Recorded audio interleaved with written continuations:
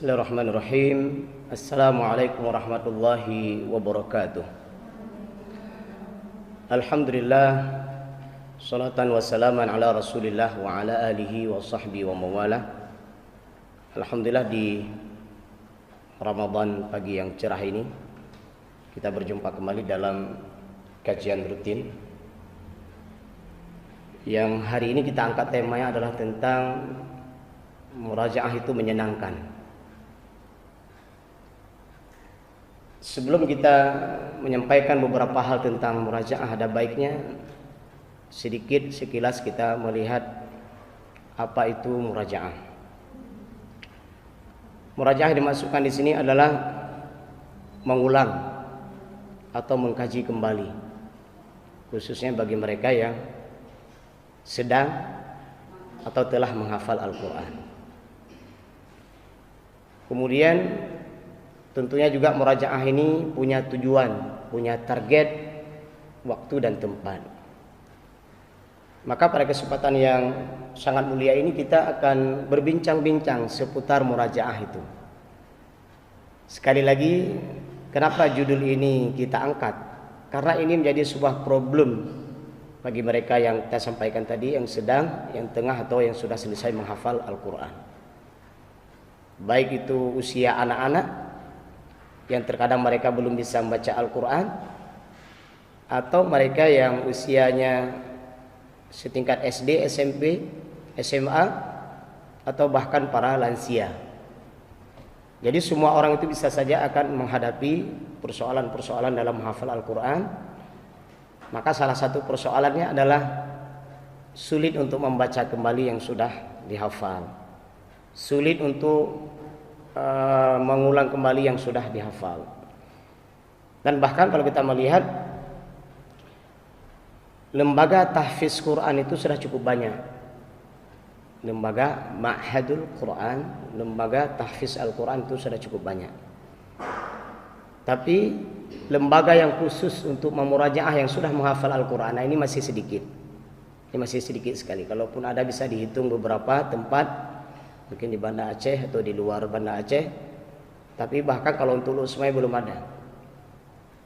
Di beberapa tempat belum ada. Makanya rasanya penting kita berusaha kalau memungkinkan untuk mengadakan sebuah tempat khusus murajaah hafalan Al-Quran. Nah, di sini nanti tentunya ada syarat-syaratnya. Bagi mereka yang akan masuk lembaga murajaah tersebut minimal punya hafalan 5 juz misalnya, atau punya hafalan 10 juz, atau 20 juz, atau 30 juz sudah selesai hafalannya. Jadi disinilah mereka akan diperbaiki, dibimbing, diarahkan agar hafalan yang dimiliki itu menjadi lebih baik. Nah, pada kesempatan ini saya menyampaikan secara poin-poin saja, sehingga nanti dalam poin-poin yang saya sampaikan ini akan terkandung arti murajaah, akan terkandung tempat dan metode murajaah, akan terkandung di dalamnya juga bagaimana murajaah-murajaah yang itu menyenangkan bagi kita yang sedang, telah, atau menghafal Al-Quran. Baik, yang pertama kita melihat sebuah kaidah dulu bahwa menghafal Quran itu adalah sama dengan membeli sesuatu. Ibarat kita ke pasar membeli sesuatu, tentunya apa yang dibeli itu sesuai kebutuhan. Bisa saja kita membeli peralatan rumah tangga kita, ada kursi, ada meja, ada alat-alat perabotan yang lainnya, ada alat-alat untuk memasak, atau bisa saja kita membeli kendaraan-kendaraan kita. Nah, jadi kalau boleh kita berikan sebuah filosofis, jadi menghafal itu adalah membeli. Setelah itu tentu akan muncul pertanyaan, setelah sesuatu yang kita beli, maka pertanyaan yang muncul selanjutnya adalah apa? Bagaimana kita merawatnya? Nah, kalau tadi menghafal diibaratkan sebagai membeli, maka murajaah hafalan itu sama dengan merawat. Kalau istilah perusahaan itu maintenance, perawatan. Pertanyaan sekarang yang muncul adalah mana lebih penting membeli dengan merawat? Tentu Oke, silakan saja mungkin kita menjawab merawat. Saya pikir dua-dua harus ada. Membeli itu penting, kalau boleh kita bahasakan. Merawat itu jauh lebih penting. Kalau tidak ada yang kita beli, apa yang kita rawat? Nah, ini juga dua hal yang tidak bisa ini. Tapi sekali lagi, membeli itu penting dan merawat itu jauh lebih penting.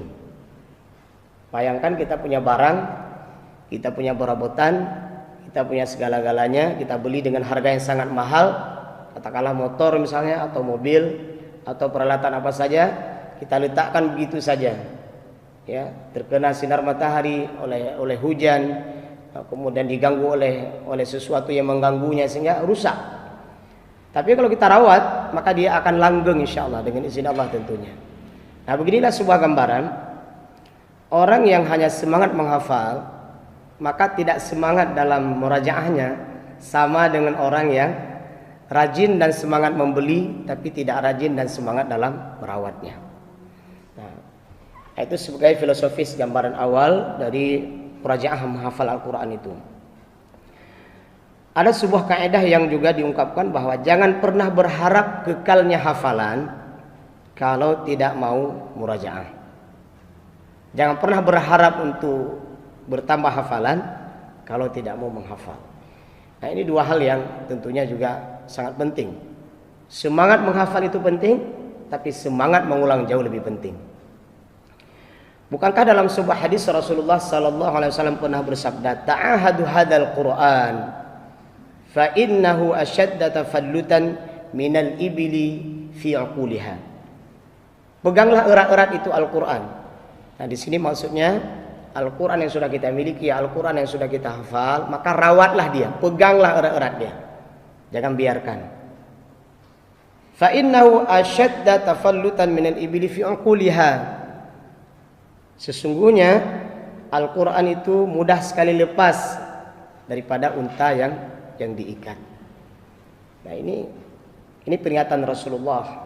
Maka tentunya kita berusaha ayat-ayat yang sudah kita hafal, yang sudah kita miliki, anak kita yang sudah menghafal Al-Quran, atau keluarga kita, atau siapa saja, tetangga kita, atau anak didik kita, maka ingatkan mereka bahwa mengulang murajaah itu sangat penting sekali. Kemudian ada juga kaidah yang lain. Menghafal Al-Quran itu tidak mudah, tetapi jauh lebih tidak mudah dalam merawatnya. Maka dari beberapa kaidah sederhana ini saya ingin menyampaikan bahwa ada dua spirit, ada dua semangat yang harus dijaga mereka yang sedang, tengah, atau setelah selesai menghafal Al-Quran. Apa spiritnya? Semangat dalam menghafal dan semangat dalam menjaganya. Nah, selanjutnya saya akan menyampaikan secara umum saja, tentunya dengan poin-poin yang mudah-mudahan dari poin ini nanti kita dapat gambaran apa itu murajaah Al-Quran. Agar murajaah Al-Quran ini menyenangkan, yang pertama, manfaatkan waktu salat kita. Jadi waktu salat itu bisa dijadikan sebagai sarana untuk murajaah. Bukankah Rasulullah sallallahu alaihi wasallam itu paling banyak mengulang hafalannya di dalam salatnya? Apalagi dengan momen bulan suci Ramadan. Jadi Jibril senantiasa datang kepada Rasulullah di setiap Ramadan itu untuk apa? Wa yatadarasuunal Qur'an. Jadi saling bergantian dalam membaca Al-Quran, saling menyimak dengan hafalan Al-Quran. Nah, ini sebenarnya kesempatan Ramadan ini salah satu kesempatan meniru sunnah Rasulullah sallallahu alaihi wasallam, memperbanyak berinteraksi dengan Al-Quran. Salah satunya adalah dengan menyetor hafalan, menambah hafalan, dan memurajaah kembali hafalan yang sudah kita hafal sebagaimana yang dilakukan oleh Rasulullah sallallahu alaihi wasallam bersama Jibril. Nah, itu yang pertama. Jadi usahakan manfaatkan waktu dalam salat. Terutama salat sunat. Nah, terutama salat sunat kita. Maka Imam Nawawi pun mengatakan waktu terbaik dalam memurajaah mengulang hafalan adalah di dalam salat. Maka saya sering memberikan sebuah ilustrasi.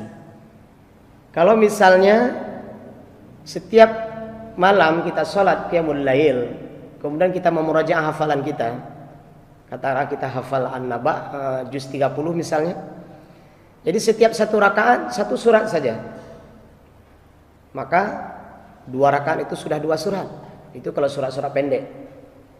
Tetapi kalau misalnya kita menghafal surat-surat panjang, maka 1 rakaat 1 halaman. Kalau saya memberikan gambaran, nah, jadi 1 rakaat itu 1 halaman. 1 rakaat kita baca 1 halaman. Kalau mereka yang tidak hafal, kalau mereka yang hafal tentunya mengulang hafalannya dengan 1 halaman. Maka 2 rakaat kita sudah dapat 1 lembar. 2 rakaat 1 lembar. Kalau setiap malam kita sholat 1 lembar, berarti 10 hari kita sudah 1 juz. Kalau 2 lembar, berarti kalau 1 rakaat itu 1 lembar, maka kita 10 hari sudah 2 juz. Maka sebulan, 2 bulan dan seterusnya dikali sendiri berapa jumlah yang kita ulang. Nah, ini perlu dilatih. Ketika sudah terbiasa nanti dia akan nikmat. Makanya hakikat daripada orang sholat malam adalah untuk menikmati bacaan Al-Quran. Nah, inilah yang kita rindukan sebenarnya di bulan Ramadan seperti ini. Ada masjid yang mengkhususkan sholat bulan Ramadan itu, sholat tarawihnya itu minimal 1 juz. Saya teringat dengan kawan saya almarhum Ustaz Nufrizal. Kita doakan beliau semoga diluaskan kuburnya. Beliau sudah meninggal dalam sebuah kecelakaan. Beliau sekitar 4 tahun lebih atau 5 tahun lebih memimpin sholat tarawih itu 1 malam 1 juz di Masjid Besar Sabang. Ditambah lagi malamnya qiyamul lail 2 juz setiap malam, lebih kurang. Ya. Jadi dalam sebuah kecelakaan sehingga beliau meninggal. Maka ini sebuah hal yang sangat berkesan bagi kita dan mudah-mudahan Allah meluaskan kuburnya dan memasukkan beliau ke dalam surga Allah. Nah, ini kita usahakan mudah-mudahan Ramadan ke depan kita ada cita-cita. Masjid mana yang kita targetkan salat tarawihnya 1 malam 1 juz. Dan imamnya nanti akan kita cari. Insyaallah ada banyak para hafiz Al-Qur'an. Nah, ini dalam salat. Dan biasanya murajaah Al-Qur'an kita di dalam salat itu lebih berkesan. Dan sekali lagi, kalau kita tanya pengalaman para imam, mungkin juga saya, kalau kita tanya bagaimana pengalaman kalau kita misalnya membaca Al-Quran di dalam sholat. Nah, ini tergantung apakah sholat jamaah yang kita pimpin atau kita sholat sendiri. Mungkin kalau sholat sendiri, kalau ayatnya terlupakan atau dilupakan, kita bisa lompat. Tapi kalau misalnya kita sholat berjamaah, memimpin sholat tarawih misalnya atau qiyamul lail, nah ini perlu persiapan yang matang. InsyaAllah nanti kita akan sampaikan bagaimana kita mempersiapkan hafalan untuk sendiri, bagaimana kita mempersiapkan hafalan kalau misalnya kita jadi imam, atau bahkan bagaimana kita mempersiapkan hafalan untuk kalau kita ikut MHQ. Nanti kita akan bahas sedikit. Baik, itu momen yang pertama. Usahakan gunakan momen waktu di dalam sholat. Dan ini luar biasa. Dan bahkan dalam hadis Rasulullah SAW bahwa ketika Rasulullah dalam sebuah sabdanya itu mengurutkan amal soleh, maka amal soleh urutan tertinggi itu adalah orang yang membaca Al-Quran di dalam salatnya. Baik, itu momen yang pertama. Jadi makanya nanti usahakan ketika kita murajaah hafalan kita dalam salat kita, usahakan berapa jumlah hafalan kita. Kalau misalnya hafalan kita juz 30, maka usahakan juz 30 itu berapa kali kita salat malam habis. Jangan bertahun-tahun sampai mati juz 30 aja. Padahal kita masih punya hafalan juz 29, kita masih punya hafalan juz 28, kita masih punya hafalan juz 1, juz 2 dan seterusnya. Jadi kenapa cuma juz 30 aja yang kita ulang? Sama dengan orang yang baca Quran, Yasin aja. Bukan enggak boleh baca Yasin. Boleh. Tapi kan masih banyak surat-surat yang lain. Boleh, silakan. Yasin itu luar biasa kita baca. Cuman kesannya ketika nanti orang disuruh baca juz 10, juz 20, juz 25, ada orang nggak bisa baca Quran. Kenapa? Karena mereka memang nggak bisa baca Quran selama ini. Yasin kenapa bisa baca? Karena udah sering dengar. Nah, jadi usahakan murajaah hafalan kita, seluruh hafalan yang kita miliki. Yang kedua, manfaatkan adalah waktu sholat. Kalau tadi di dalam sholat, nah ini sekarang waktu sholat. Usahakan 15 menit sebelum sholat, atau 15 menit setelah sholat, atau 1,5 jam sebelum sholat, atau setengah jam setelah sholat, atau 1 jam sebelum setiap waktu sholat. 1 jam setelah waktu salat itu manfaatkan selalu untuk memurajaah hafalan kita atau menambah hafalan kita. Ini luar biasa. Ada 5 waktu salat, zuhur, asar, maghrib, isya sampai subuh. Nah, ini kita tidak terasa dengan 5 waktu ini. Apabila rutin kita gunakan ini, masya Allah luar biasa manfaatnya. Tadi saya sampaikan minimal berapa menit? 15. Saya pikir jangan lagi dikurangi. Ya, selemah-lemah iman mungkin 10 lah, 10 menit. Jangan kurang lagi dari itu. Karena ini sangat bermanfaat momennya. Jadi kalau bisa 15 menit, alhamdulillah. Alhamdulillah kalau bisa setengah jam sebelum sholat kita sudah hadir. Sudah hadir menunggu waktu sholat sambil kita memurajaah hafalan kita. Atau bahkan kalau mampu 1 jam ini luar biasa. Silakan dikali sendiri dengan 5 waktu itu. 15 menit sebelum sholat dan 15 menit setelah sholat berarti setengah jam. Setengah jam kali 5, 2 jam setengah. 2 jam setengah, nggak terasa. Bayangkan kalau setengah jam, 1 jam berarti sebelum dan sesudah sholat 1 jam. Maka 1 jam kali 5, sudah 5 jam kita gunakan untuk murajaah atau nambah hafalan kita. Bayangkan kalau lebih dari itu. Maka manfaatkan momen waktu sholat. Kalau tadi manfaatkan momen dalam sholat. Kalau ini manfaatkan momen waktu sholat, sebelum dan sesudahnya. Maka kalau ini bisa kita rutinkan, masya Allah ini luar biasa kalau bisa kita rutinkan. Menjadi amal soleh yang luar biasa buat kita. Sehingga apapun kesibukan kita, 15 menit atau setengah jam sebelum sholat, kita sudah tidak melakukan apapun kecuali hanya hadir ke tempat sholat, ke masjid, ke musalla, atau kita sholat di rumah kita, menunggu waktu sholat setengah jam sebelumnya, sambil kita memurajaah atau menambah hafalan kita. Ini luar biasa. Saya yakin dengan hadirin para pemirsa, para pendengar tentunya yang menyaksikan dan mendengar tausiah ini, mungkin ada yang sudah mempraktekkan dan ini bisa luar biasa pengalamannya nih. Ya. Itu yang kedua. Yang ketiga, manfaatkan waktu pagi. Kenapa pagi? Karena pagi itu adalah waktu yang berkah. Sebagaimana dalam sebuah hadis, Rasulullah berdoa kepada umatnya, Allahumma barik li ummati fi bukuriha.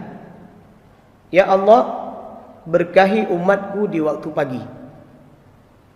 Nah, kapan waktu pagi ini? Bisa saja sebelum subuh dan setelah subuh. Kalau kita target mengulang hafalan, memurajaah hafalan 5 juz dalam 1 hari, maka usahakan sebelum subuh kita sudah menyelesaikan 3 juz. Berapa? 3 juz. Itu kalau targetnya 5 juz 1 hari. Kita targetkan kembali. Kalau 3 juz harus kita selesaikan sebelum subuh, kemudian kita bertanya kembali pada diri kita, 1 juz berapa lama kita murajaah? Setengah jam kah? 1 jam kah? Kalau setengah jam atau kalau 1 jam, berarti 3 jam sebelum subuh. Berarti kalau subuh jam 5, berarti jam 4, jam 3, jam 2 kita udah bangun. Jam 2 udah bangun. Kenapa? Kita ingin selesaikan murajaah 3 juz. Itu kalau 1 jam. Nah, kalau setengah jam, kita hanya butuh waktu 1 jam setengah. Jam 3, setengah 3, setengah 3, setengah 4, dah 1 jam. Kemudian setengah 5, udah berapa itu? Silakan dilihat sendiri saja. Dikalkulasi sendiri berapa waktu yang kita butuhkan kalau misalnya 1 juz. Nanti tinggal dialokasi saja waktunya.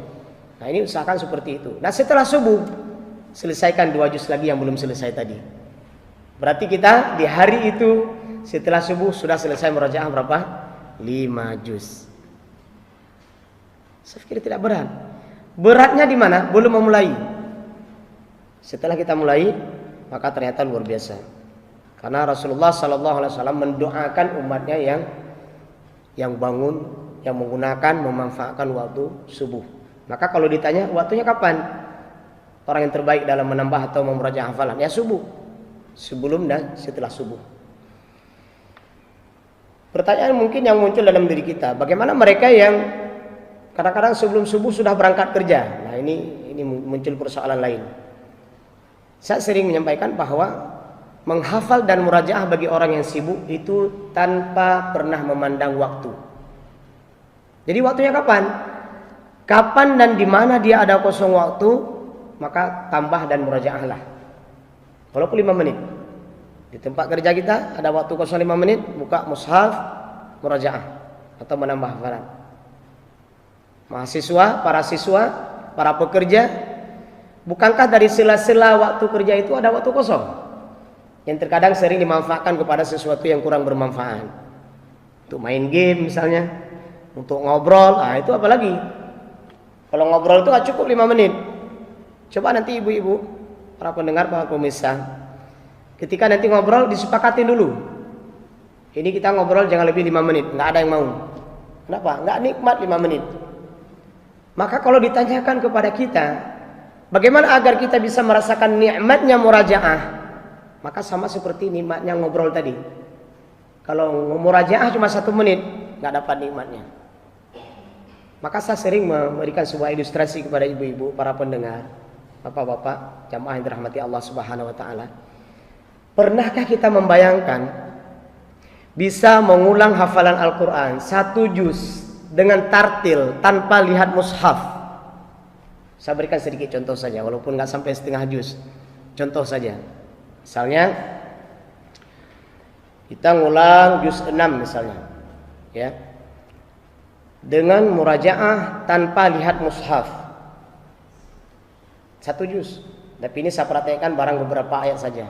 Nanti ibu bisa membayangkan bagaimana nikmatnya mengulang tanpa melihat mushaf dengan tartil. A'udzu billahi minasy syaithanir rajim. La yuhibbullahu al-jahra bis-su'i minal qawli illa man zulim. Wa kana Allahu sami'an 'alima. In tubdu khairan aw tukhfuhu aw ta'fu 'an su' fa inna Allaha kana 'afuwan qadira. Innal ladzina yakfuruna billahi wa rusulihi wa yuriduna an yufarriqu baina Allahi wa rusulihi wa yaquluna nu'minu bi ba'dhin wa nakfuru bi ba'dhin ويريدون أن يتخذوا بين ذلك سبيلا أولئك هم الكافرون حقا وأعتدنا للكافرين عذابا مهينا. Apalagi murajaah yang kita baca dengan tartil tanpa lihat mushaf, ditambah lagi kita merenungkan maknanya. Innal ladzina yakfuruna bi ayatillah, sesungguhnya orang-orang yang ingkar kafir kepada ayat Allah, wa rasulih dan rasulnya, wa yaquluna nu'minu bi ba'dhi wa nakfuru bi ba'dhi, mereka itu beriman pada sebagian dan ingkar pada sebagian. Ini munafik berarti. Kemudian mereka apa lagi? Mereka berusaha melakukan berbagai macam kejahatan-kejahatan lainnya. Maka ayat selanjutnya Allah menyebutkan ulaika humul kafiruna haqqan. Itulah kafir yang sebenar-benarnya. Di mana tempatnya? Wa a'tadna lil kafirina 'adzaban muhina. Tempatnya dalam neraka. Jadi sambilan kita menikmati tajwid kita, sambilan kita menikmati tartil kita, ditambah lagi dengan menikmati makna kandungan tadabbur di dalamnya. Oh Masya Allah. Ibu, para jamaah sekalian, kita sudah ulang 3 juz, 4 juz, 5 juz, itu nggak terasa. Maka kalau ditanya apa nikmat yang paling nikmat di dunia ini, jawabannya adalah orang yang bisa murajaah hafalan dengan tartil lancar tanpa lihat mushaf, menikmati tajwidnya dan menikmati artinya, sambilan dia berasa dan beranggapan bahwa sedang berdialog dengan Allah Subhanahu wa taala, sedang membaca surat cintanya Allah Subhanahu wa taala. Bagaimana kira-kira perasaan kita? Ada yang sudah pernah mencoba? Silakan nanti. Setelah mendengar kajian ini, walaupun sedikit, nanti praktekkan. Apakah surat-surat yang lain juga sama? Apalagi nanti kita membaca ayat-ayat dan surat-surat tentang bicara tentang hari kiamat, tentang neraka. Nah, ini silakan. Nah, jadi kalau ditanyakan, bisa saja salah satu yang menyebabkan seseorang tidak nikmat dalam murajaah adalah, maka di antara penyebabnya adalah dia tidak menikmati bacaannya, dia tidak menikmati tartilnya, dia tidak menikmati tajwidnya, dan bahkan dia tidak menikmati isi yang ada di dalamnya. Makanya hampa, gak ada manfaat. Nah, jadi manfaatkan yang saya sampaikan tadi, waktu di pagi hari. Ada orang di pagi hari kan langganan tidur. Tidur. Nggak ada manfaat, hilang berkah.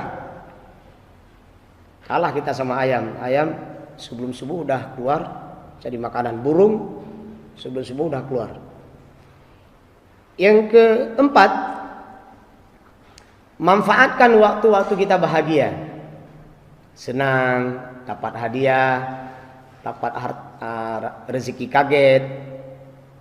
Kalau misalnya kita ternyata rumahnya kurang bagus, ternyata tiba-tiba ada orang yang membedah rumah kita, kan senangnya luar biasa itu. Kalau kita lihat di TV-TV mereka sujud menangis, luar biasa. Nah, ketika ada momen-momen bahagia, maka manfaatkan dia untuk murajaah hafalan Al-Quran. Karena itu lebih berkesan biasanya.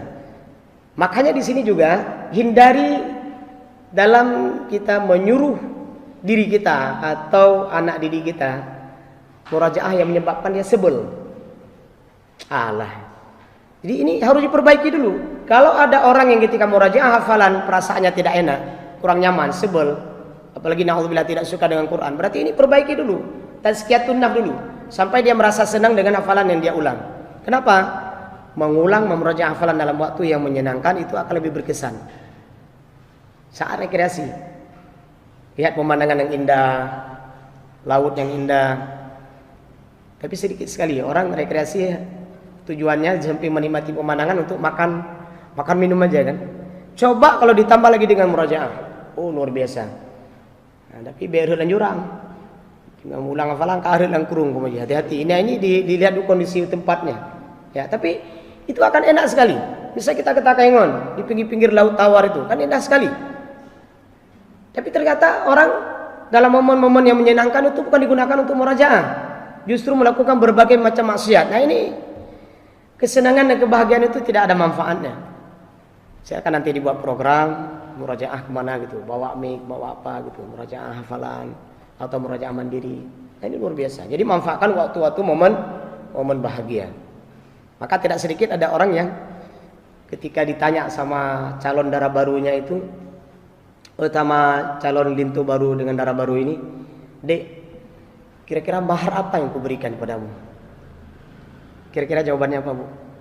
Seorang wanita yang solehah akan menjawab, "Aku ingin mendengar bacaan surah Ar-Rahman darimu." Nah ini luar biasa. Tapi di akhir zaman ini jarang pula ada orang yang ketika nikah maharnya surah Ar-Rahman. Tapi ini luar biasa.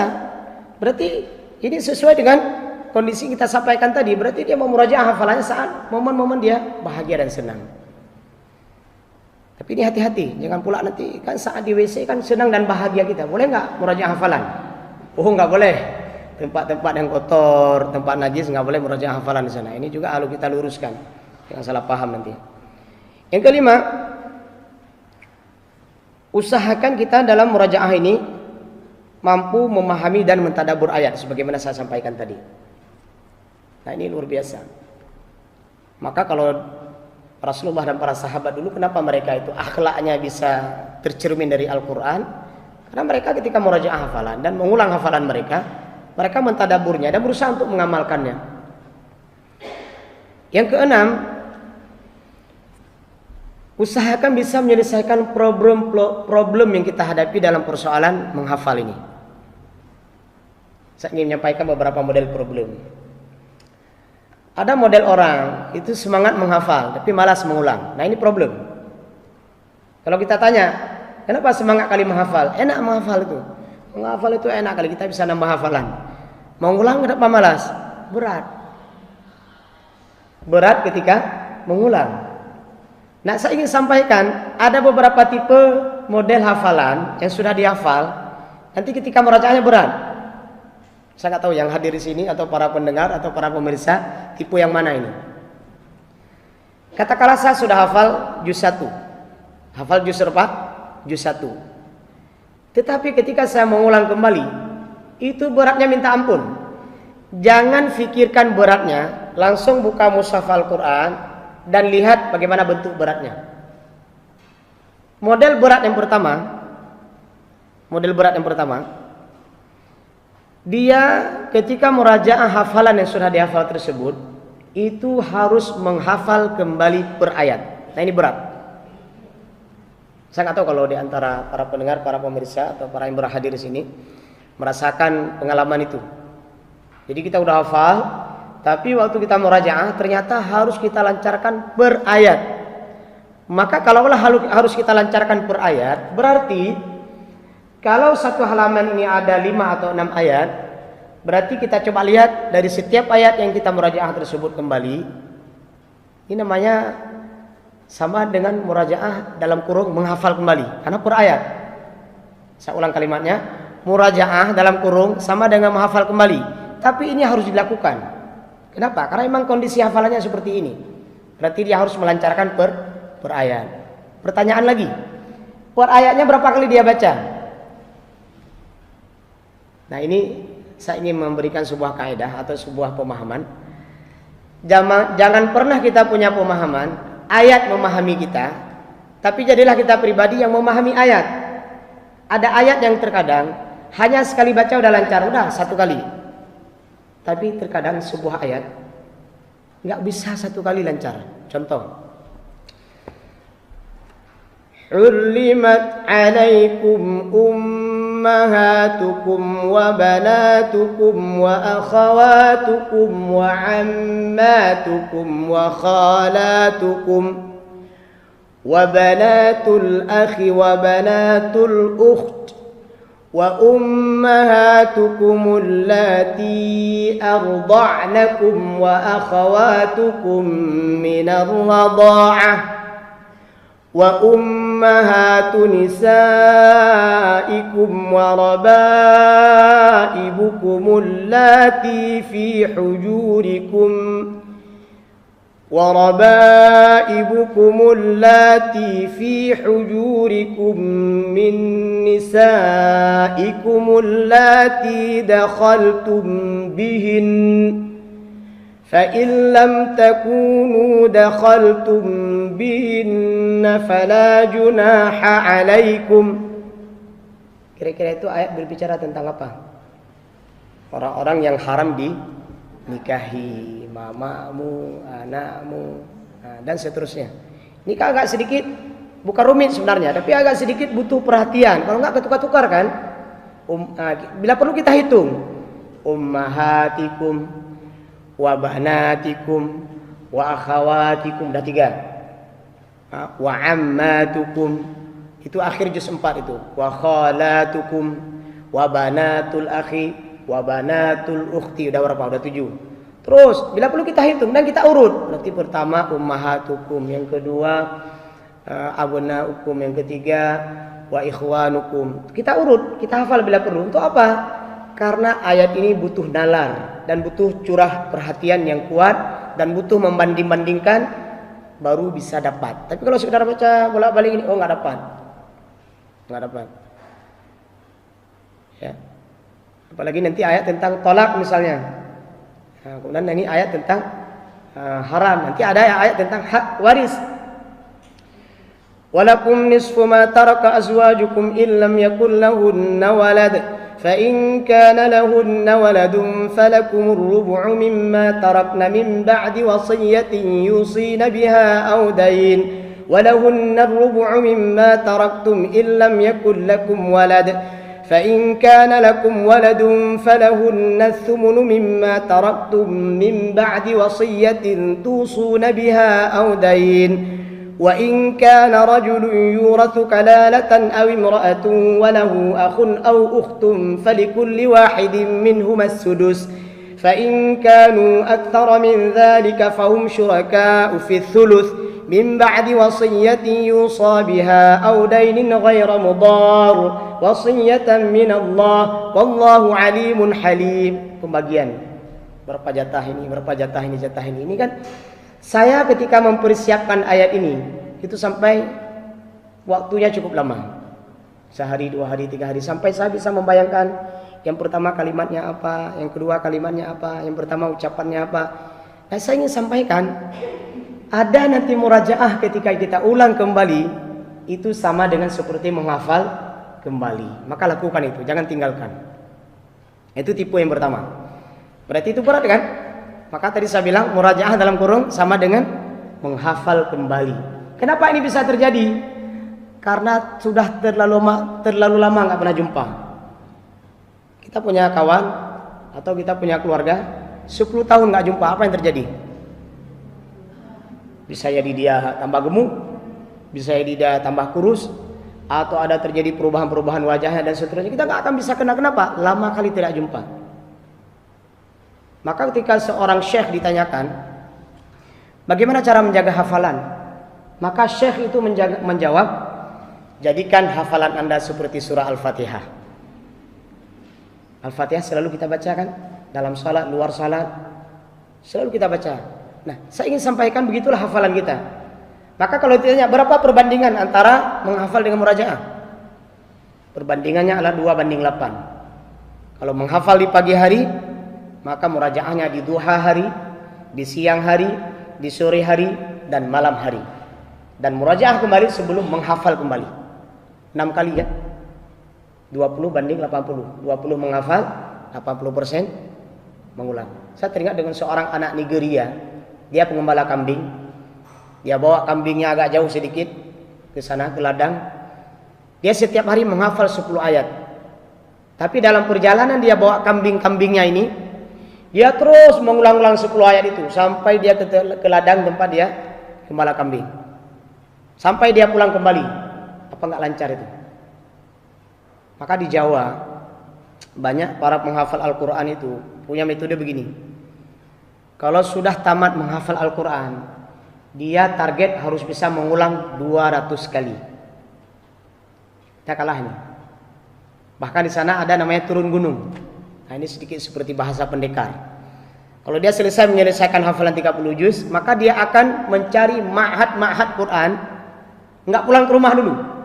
Akan mencari ma'had Quran untuk menyelesaikan murajaahnya. Bisa dia menghafal di mana gitu. Selesai sebuah tempat dia menghafal, kemudian dia akan mencari ma'had lain untuk murajaahnya. Selesai ini enggak cukup. Dia cari lagi ma'had lain, murajaah kembali. Jadi ini luar biasa. Nah, ini makanya saya sampaikan tadi, pemahaman murajaah sedikit disampaikan. Ya. Bahkan lembaga-lembaga murajaah pun sangat sedikit, hampir tidak ada. Nah, makanya di sini kita berusaha nanti akan menciptakan suasana-suasana murajaah ini. Mungkin dalam suasana dan bentuk yang rileks. Boleh dalam bentuk lembaganya, boleh dalam bentuk kegiatannya. Misalnya ibu-ibu sepakat, nih misalnya kalau mau coba, ayo nanti kita buat momen murajaah surah Yasin. Berapa orang? 5. Ya. Jadi kelima-lima orang ini usahakan untuk melancarkan surah Yasin tersebut. Nanti dia dapat jatah 3 ayat, ya, estafet. Nah, yang pertama membaca 3 ayat, nanti disambung ini 3 ayat, itu nanti disambung 3 ayat lagi. Atau satu orang 1 lembar, terserah. Atau kita buat kesepakatan yang sudah hafal 1, 2, atau 3, atau 5 juz. Buat kesepakatan. Insya Allah kita minggu depan kita ke mana gitu. Apa saya ke rumah ibu atau ibu ke rumah saya. Kalau sekarang kan orang suka buat arisan. Nah, ini silakan kalau mau buat arisan gaya baru. Ya, tapi nanti takut ustadznya nggak diundang lagi. Bukan itu yang saya maksudkan. Silakan nanti buat arisan gaya baru, namanya arisan murajaah hafalan Quran. Kan menarik ini. Tapi buat kesepakatan dulu. Nanti pula nggak hadir. Ya, udah ditunggu berjam-jam nggak ada yang hadir. Ketika ditanya, kenapa tidak hadir? Mohon maaf, kami hafalan yang disiapkan untuk murajaah nggak siap. Arisannya kita batalin ya. Nah, ini sedih juga kan?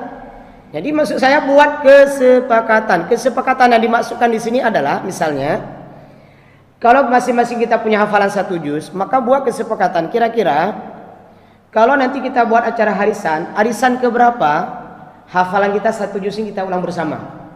Buat kesepakatan, lihat, oh berarti insya Allah saya bulan ketiga nanti bulan lancar. Nanti ada kawan lagi bulan keberapa? Bulan keempat bulan lancar. Nanti ada kawan lagi, saya bulan kelima bulan lancar. Maka saya ingin sampaikan ini juga sebuah problem, ya. Makanya nanti kalau awal-awal bergerak jangan banyak-banyak, dengan banyak orang. Ajak 2 orang dulu, 3 orang dulu. Karena kalau ajak rame-rame nggak jadi acaranya. Kenapa? Nanti alasannya kan sama semua. Saya nggak bisa hadir ya, belum lancar. Nanti akhirnya betul-betul nggak hadir. Maka tadi saya sampaikan kita mulai dari mana? Berdua, bertiga dulu. Coba lihat yang lancar-lancar hafalan siapa aja, supaya kita lebih lancar. Jangan cari kawan yang kurang lancar hafalan. Nah ini biasa masalah. Baik, itu model yang pertama, berat. Nah model yang kedua, terkadang itu 1 ayat itu hanya 2 atau 3 kali kita baca, atau 1-2 kali kita baca udah bisa. Ya udah selesai sampai habis, nanti ulang lagi dari pertama. Ada nanti yang terkadang kita hanya perlu membaca 1 kali, udah lancar. Nah ini disesuaikan kembali kepada kalimat yang saya sampaikan tadi. Jadilah kita yang memahami ayat, jangan ayat memahami kita. Ada orang nyeleneh kan, nyeloteh bukan nyeleneh. Kenapa ya? Kawan saya itu 2 kali baca udah bisa dia. Saya 2 kali kenapa nggak bisa? Berarti saya nggak ada bakat. Bukan nggak ada bakat. Kita levelnya bukan di 2 kali. Berapa? Mungkin kita 3 kali. Kenapa? Karena ada sebuah kaidah disebutkan, menghafal atau memurajaah kembali ayat atau surat. Sebodoh-bodoh orang adalah 1 ayat itu telah dia hafal misalnya 40 kali ulang. Itu sebodoh-bodoh orang itu bisa. Kalau udah 1 ayat 40 kali dia ulang nggak bisa, berarti dia idiot, kurang. Ini mohon maaf. Ini sebodoh-bodoh orang. Tapi saya enggak lah. Saya kemarin pernah ngajarin sama ibu-ibu metode menghafal per kalimat. Nggak tahu ada ibu-ibu yang praktekkan nggak? Ada para jamaah yang praktekkan? Ada para hadirin praktekkan nggak? Ayat hari pertama alif lam mim. Itu aja, jangan tambah. Hari kedua dzalikal kitab. Hari ketiga la raiba fi. Hari keempat hudal lil muttaqin. Hari kelima alladzina yu'minuna bil ghaib. Hari keenam wa yuqimunas shalah. Hari ketujuh wa mimma razaqnahum yunfikun. Itu metode menghafal paling enak. Kenapa? Kita hafal per kalimat. Tapi kenapa juga enggak ada yang hafal? Belum memulai. Nah, tapi kalau murajaah ini sekali lagi nanti disesuaikan. Nah, ini tipe yang kedua. Nah, tipe yang paling ringan adalah Anda cukup membaca terus murajaah Anda. Ini luar biasa. Dan saya ingin menyampaikan bahwa ketika kita bisa merasakan nikmatnya murajaah, maka kalau ada yang bertanya, mana nikmat menghafal dengan murajaah? Pasti orang menjawab nikmat murajaah. Tapi ini 2 hal yang nggak bisa dipisahkan. Maka kalau ada pemahaman orang hari ini, menghafal itu enak, bisa nambah, murajaah itu susah, karena dia belum merasakan nikmatnya murajaah. Itu alasan pertama. Yang kedua, karena terlalu lama meninggalkan hafalan. Yang keempat, bisa jadi terlalu banyak maksiat. Yang selanjutnya, bisa saja dia kurang paham apa hikmah daripada murajaah. Dan seterusnya. Makanya rasakan sesuatu bagaimana nikmatnya murajaah ini ketika kita sanggup duduk berlama-lama. Saya sampaikan sebuah pesantren tahfiz Quran yang ada di Ajun, Banda Aceh itu setiap tahfiz Quran ahli kelas ya. Itu setiap bulan selalu ada yang tasmi' bil ghaib. Membaca Al-Quran 30 juz enggak lihat mushaf. Itu sudah menjadi sebuah wacana dalam pesantren itu. Hati-hati nyebrang jalan, nanti kita enggak punya kesempatan bisa murajaah tasmi' bil ghaib. Jadi orientasinya itu udah ke murajaah aja. Nah, maka di sana saya melihat ada sebuah program, selesai menghafal juz 1 itu tidak akan boleh naik ke juz 2 sebelum juz 1 ini bisa dibaca tasmi' bil ghaib dulu tanpa lihat mushaf. Nah, ini juga perlu kita terapkan. Selama ini kita kan jarang menerapkan, ngafal terus. Di belakang kayak mana? Nanti kita urus. Enggak. Seharusnya kalau kita ingin ngecek harus per halaman, harus per lembar. Kalau sudah selesai 1 juz, sebelum dia naik ke juz 2, usahakan juz 1 ini bisa tasmi' bil ghaib dulu tanpa melihat mushaf, berarti baru bisa naik ke juz 2. Itu enak sekali. Kalau ada yang bertanya, mana lebih enak menghafal? Ngafalnya banyak tapi tidak lancar, atau ngafal sedikit tapi lancar? Saya ulang pertanyaannya. ngafal banyak tidak lancar, tapi ngafal sedikit lancar. Saya pilih yang ketiga. Ngafal banyak dan lancar. Lagi-lagi kena jebakan. Jadi harus cerdas. Ini kan bulan Ramadan. Ramadan mendidik kita cerdas. Hafal banyak tidak lancar, itu kan kurang bagus. Hafal sedikit lancar, bagus, tapi masih kurang, gak nambah-nambah. Maka saya pilih yang ketiga. Ngafalnya banyak dan lancar. Caranya bagaimana? Atur waktu. Nah ini buku yang ada sama saya ini, Revolusi Menghafal Al-Quran. Ini oleh seorang penulis ini, Yahya Abdul Fattah Az-Zawi Al-Hafiz. Ini hasil riset 40 tahun. Isi buku ini apa? Isi buku ini adalah setengahnya teori dan setengahnya adalah tabel. Nah ini sebelah ini teori menghafal. Nah sebelah kiri ini tabel semua. Tabel semua ini. Tabel apa ini?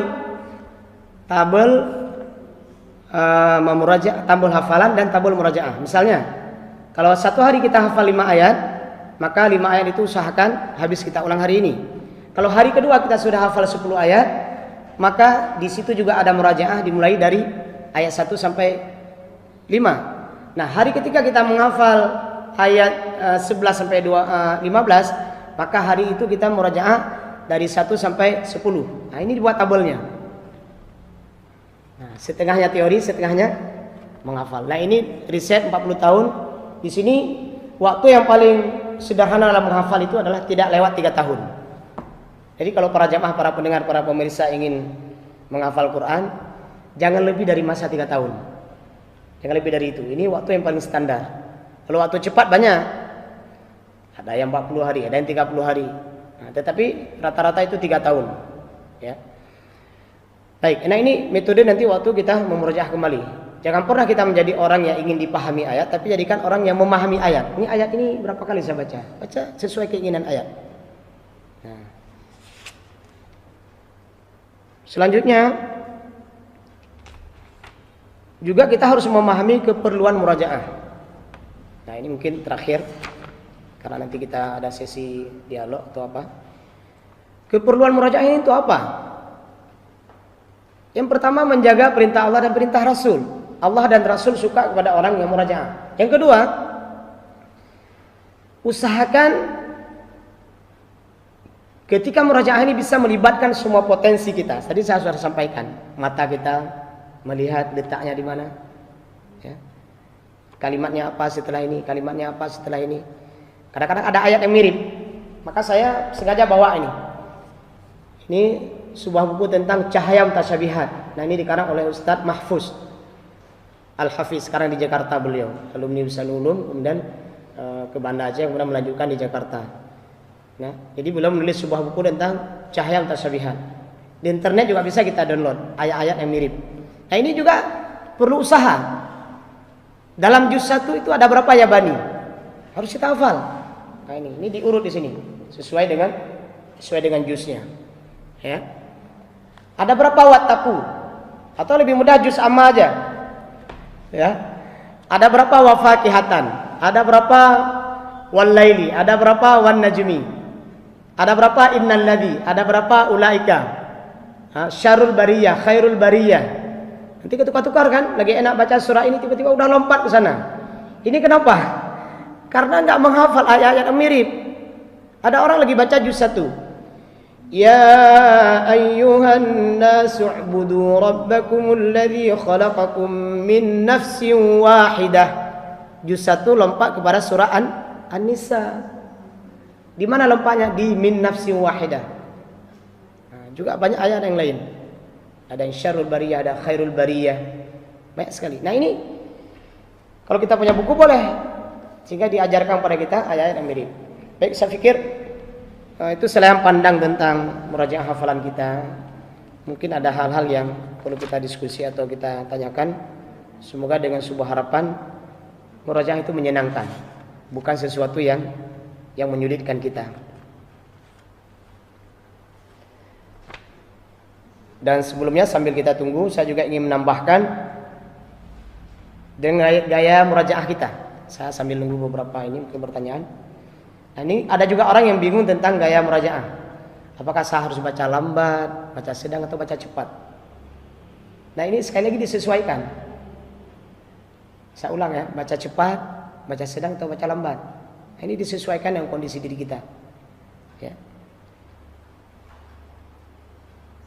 Nah, mungkin terakhir juga ada yang bertanya, bagaimana kita memastikan hafalan kita itu lancar? Kita udah murajaah, itu memastikan lancar gimana caranya?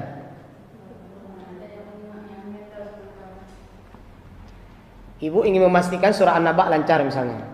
Udah di murajaah, satu ayat dibaca berkali-kali, udah dilihat perbandingannya, udah lihat mana bedanya. Untuk memastikan, letakkan mushaf. Coba baca tanpa lihat mushaf. Kalau bisa baca dengan yakin dan habis semua target itu satu surat, berarti sudah lancar.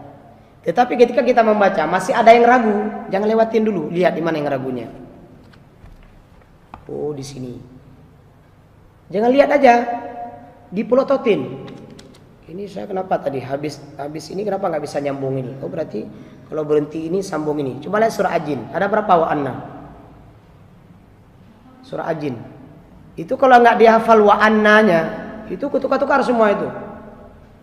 Wa anna lamma sami'na, wa anna minna, itu kan wa anna ada berapa itu dijumlahin. Ya, jadi sekali lagi setelah kita melancarkan, kemudian kita letakkan mushaf, kemudian kita mengulang, ternyata kok ada yang kurang, maka di situ lancarkan lagi sekali atau dua kali. Ya. Kemudian nanti begitu seterusnya. Begitu anak kita lihat lagi. Nah, apakah sudah lancar? Belum. Coba letakkan lagi mushaf. Coba tes lagi lancar enggak? Ya. Terima kasih. Assalamualaikum. Bagaimana cara kita bukan hanya bisa membedakan membaca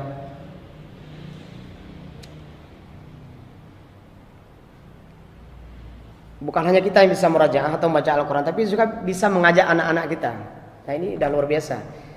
Berarti sudah merasakan nikmatnya murajaah sendiri, kemudian mengajak keluarga. Nah, ini banyak cara saya pikir. Banyak cara. Cara yang paling penting yang pertama adalah dari kita dulu.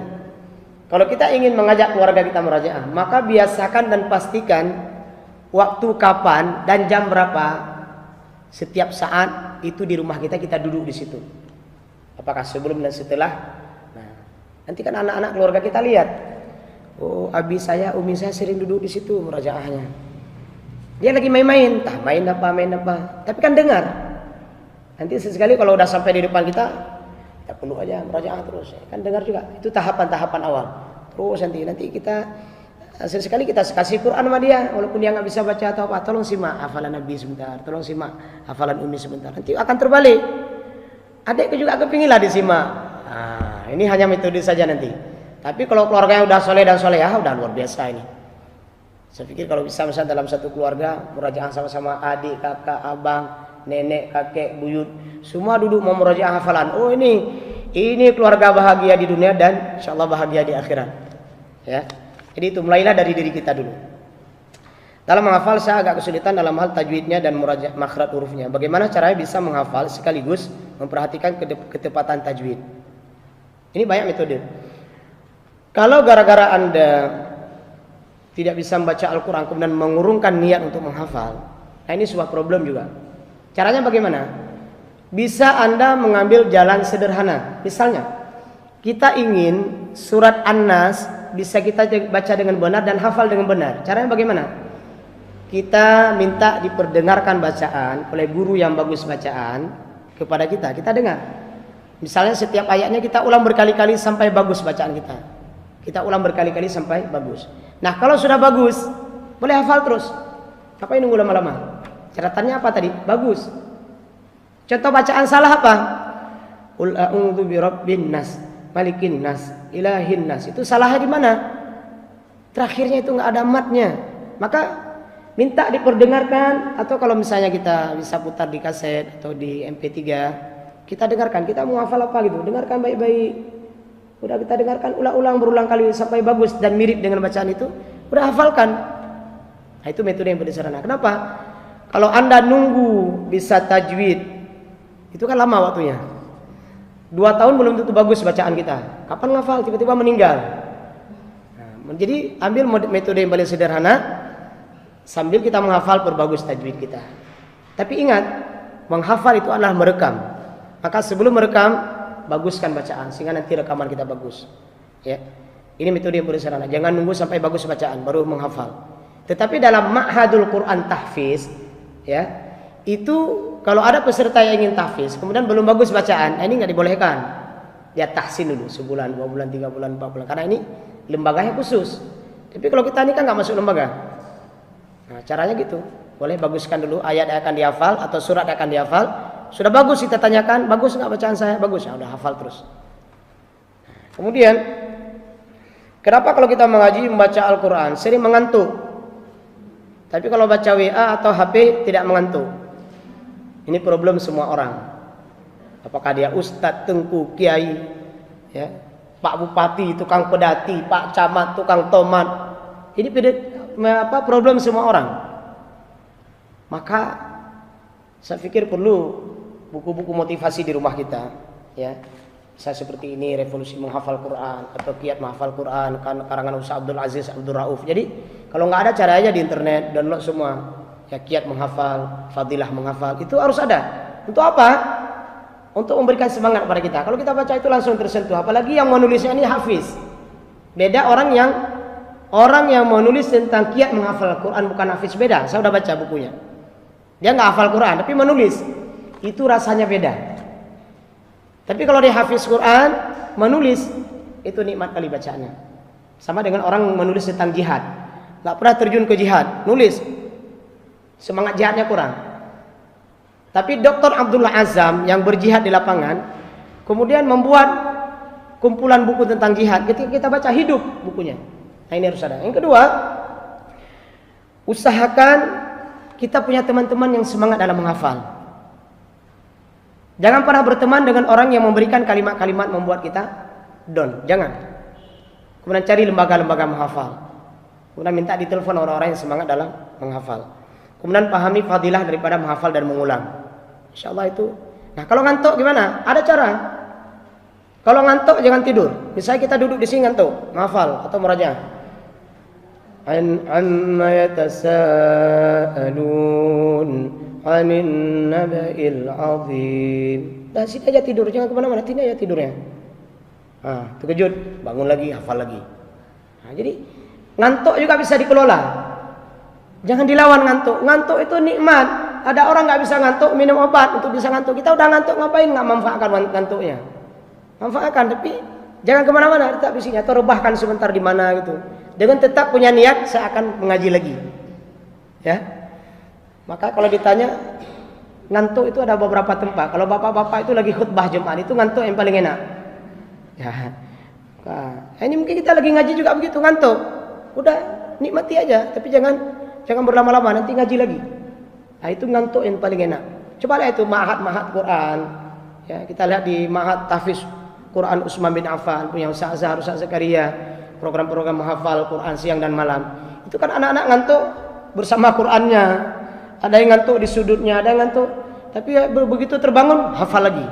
Nah, itu kita harus biasakan. Jangan pula nanti begitu ngantuk cari tempat yang paling nyaman. Hafal dan murajaahnya 1 jam, ngantuknya 5 jam, nggak seimbang. Ya. Oke. Kemudian jadi sekali lagi itu. Pada permulaan surah At-Taubah dibaca tanpa basmalah. Apakah pada saat mulai dibaca pada pertengahan surat tidak perlu membaca basmalah? Ya, pertengahan surat memang enggak ada basmalah. Alhamdulillah aja. Biasa awal surat itu yang ada basmalah. Tapi kalau surat At-Taubah memang enggak ada basmalah, cukup baca juga alhamdulillah saja. Bagaimana cara melawan rasa malas ketika murajaah? Sama dengan mengantuk tadi. Itu kan banyak kawannya itu, ngantuk, malas, sulit duduk berlama-lama. Maka saya ingin berikan tip duduk. Kalau capek duduk seperti ini ketika murajaah, berdiri. Capek berdiri, ganti posisi duduk. Pokoknya ganti berbagai macam bentuk cara duduk kita. Yang penting kita tetap di situ. Kalau sudah capek murajaah ketika duduk, udah jalan-jalan, keliling-keliling masjid, ya. Keliling-keliling di depan rumah kita sambil terus membaca. Ya, sambil jalan itu masih bisa juga murajaah. Nah, jadi disiasati aja caranya. Dan apa ada doa khusus agar Allah memudahkan kita agar menjadi penghafal dan murajaah Al-Quran? Jadi berdoa sendiri. Kalau ada orang haji dan umrah juga dimanfaatkan, minta didoakan. Kalau ada orang soleh, datangi orang soleh tersebut dan minta didoakan. Doa khusus apa? Berdoa aja sesuai keinginan kita. Ya Allah, berikan saya kekuatan bisa hafal Quran dan bisa memurajaah hafalan. Doa diri kita sendiri dan manfaatkan momen-momen waktu diijabah dengan doa kita. Ini saja yang bisa sampaikan pada kesempatan berbahagia ini. Mudah-mudahan kita tetap semangat dalam murajaah ini. Kalau tadi saya sampaikan semangat dalam menghafal, semangat juga dalam murajaah. Nah, ini sebelum saya tutup ternyata masih ada pertanyaan lagi. Menyuruh cucu kita salat tanpa kita paksa, karena kalau kita suruh salat selalu jawabannya sebentar mah. Nah, jadi sekali lagi menyuruh orang itu biasa dimulai dari diri sendiri. Ya, kemudian berdoa kepada Allah, kemudian ajak dengan lemah lembut, kemudian cari suasana, cari momen, saat-saat tertentu dia, kemudian bacakan fadilah-fadilah. Kalau tadi menghafal, fadilah menghafal biar semangat, fadilah murajaah, fadilah salat, kemudian sampaikan akibat-akibat tidak salat, kemudian biasakan. Nanti kalau misalnya berat sekali, sampai kepada metode kita harus sedikit memaksakan dengan tetap menjaga nilai-nilai pendidikan. Baik, kita bertakbir 3 kali sebagai bentuk semangat murajaah. Tapi yang nggak ada hafalan, apa ini murajaah? Berarti dua-dua, semangat menghafal dan semangat murajaah. Ya, Allahu Akbar, Allahu Akbar, Allahu Akbar. Mudah-mudahan Allah merahmati kita. Sebelum ajal menjemput kita, ada hafalan yang sudah kita hafal dan murajaah yang kita nikmati, dan kita berdoa kepada Allah mudah-mudahan di antara detik kematian kita lagi memurajaah hafalan kita. Amin ya rabbal alamin. Alhamdulillah rabbil alamin. Subhanakallahumma bihamdik asyhadu an la ilaha illa anta astaghfiruka wa atubu ilaika. Assalamualaikum warahmatullahi wabarakatuh.